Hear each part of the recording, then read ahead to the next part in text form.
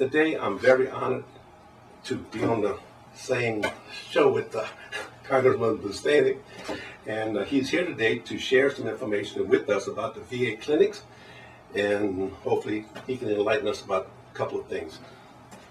Greg, it's really good to be with you, and I'm really happy to join you on Veterans Corner. And thank you for what you're doing on behalf of our veterans, providing a service that I think they'll find very valuable. And I deeply appreciate the opportunity to use this forum to help to try to communicate to our veterans out there on some of the things we're working on. It's no secret that veterans' health is critically important. It's an important issue for me in this community as I look at Lafayette and Lake Charles and the Congressional District, and making sure that our veterans have access to the finest health care available. We have a small clinic here. We've not had a clinic historically in Lake Charles, and we're working very hard to get two up-to-date clinics, one in Lake Charles, one in Lafayette, up to speed here. And the problem we've had is with a number of bureaucratic delays and difficulties. The latest has been in dealing with the Congressional Budget Office and the way they're going to calculate the cost of the clinic. They wanted to calculate a full 20-year cost into 1 year for the 12 clinics that were under consideration, which then made it very difficult for us to deal with. And I'm very pleased, very pleased that when the Senate passed its budget proposal, there was an amendment put in there that is a sense of the Senate that the cost ought to be considered on a year-by-year basis as an operating lease, not a capital cost type of calculation, which would put the entire 20-year cost into 1 year. That's a good step forward. I'm working on the House side with some previous precedents that have been set that would allow us to shift the way that's calculated. And so we're working on that process and trying to get the congressional leadership to move forward. And my thoughts are, if they won't move forward using this method, which has been used before, then they will be to blame for not allowing the two clinics here in this congressional district to go forward, plus 10 other clinics that are under consideration, and all future clinics for that matter for our veterans. They will be putting an obstruction in place to health care for our veterans. And so I'm going to work and push them very hard to help us break this impasse. Well, there are really that number of barriers that's coming before us. I mean, you got people out there that really, let's put it like this, do they love America and love veterans, or do they? Well, that's what it comes down to, Greg. I mean, it's, okay, on one hand, do you love our veterans? Do you deeply appreciate the sacrifice that they made for this country? Or do you put more value on this nonsense and this bureaucracy that exists in Washington? That's pretty easy for me. It's pretty easy for me. I side with our veterans. And we're going to do everything we can to knock down these barriers. Well, I'll tell you what, I understand that. I know for myself, through personal experience, when I left the service after Vietnam and stuff, seemed like Congress didn't even want to mess with us. Well, but I'm saying, but 40 years later, they finally started to do something with us. Well, I think there's a personal level of thanks that every American should give to the Vietnam veterans of this country. And here's why. That was the only time in American history when we had returning veterans who fought for our country who were treated so poorly by the American public and by the U.S. government.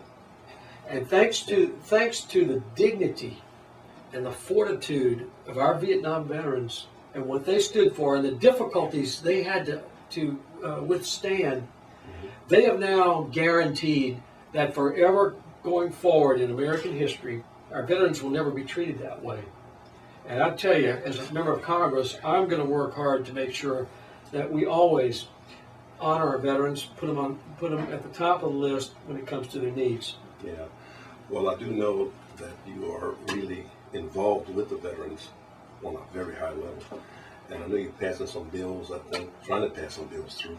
Right. And, but of course, locally here, our concern is more or less, like I said, the clinics and or even like the Marsh Regional Hospital and what are we doing here? And from my own personal opinion, what happened, this is just me, of course, what happened like with the Lafayette Hospital we were supposed to get, and at the last minute we didn't get it, and now all of a sudden we building a hospital down in New Orleans, which we was fussing about.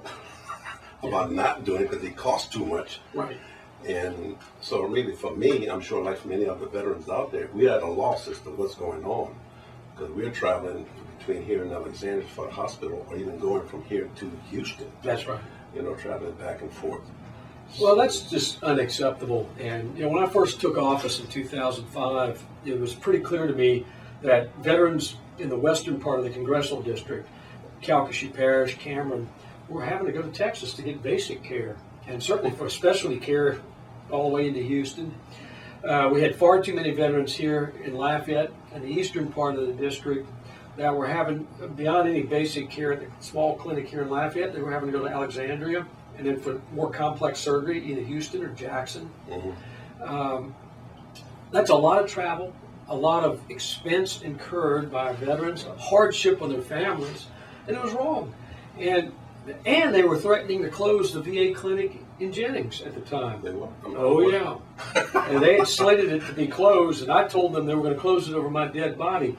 We managed to keep that clinic open. Mm-hmm. And got the process started to expand the clinic here and get the clinic set up in Lake Charles. Then we had a bureaucratic problem with the VA in the contracting process, which set us back a year. The VA took full responsibility, which is one thing to say, yes, we take responsibility, but they haven't followed that up with action. Now, I've asked General Shinseki, who is Secretary of VA, to take personal responsibility for this. And I'm disappointed by the fact that he has not stepped up and followed the apology with real action to expedite this. So as we were working through this, we got back on track, and then we had this budget problem that we're still trying to work through. Mm-hmm. And we've made some positive steps. I have introduced legislation in the House of Representatives that I'm going to use to sort of as a club to beat our leadership with, to say, let's get this done. Yeah. And so that's where we are today.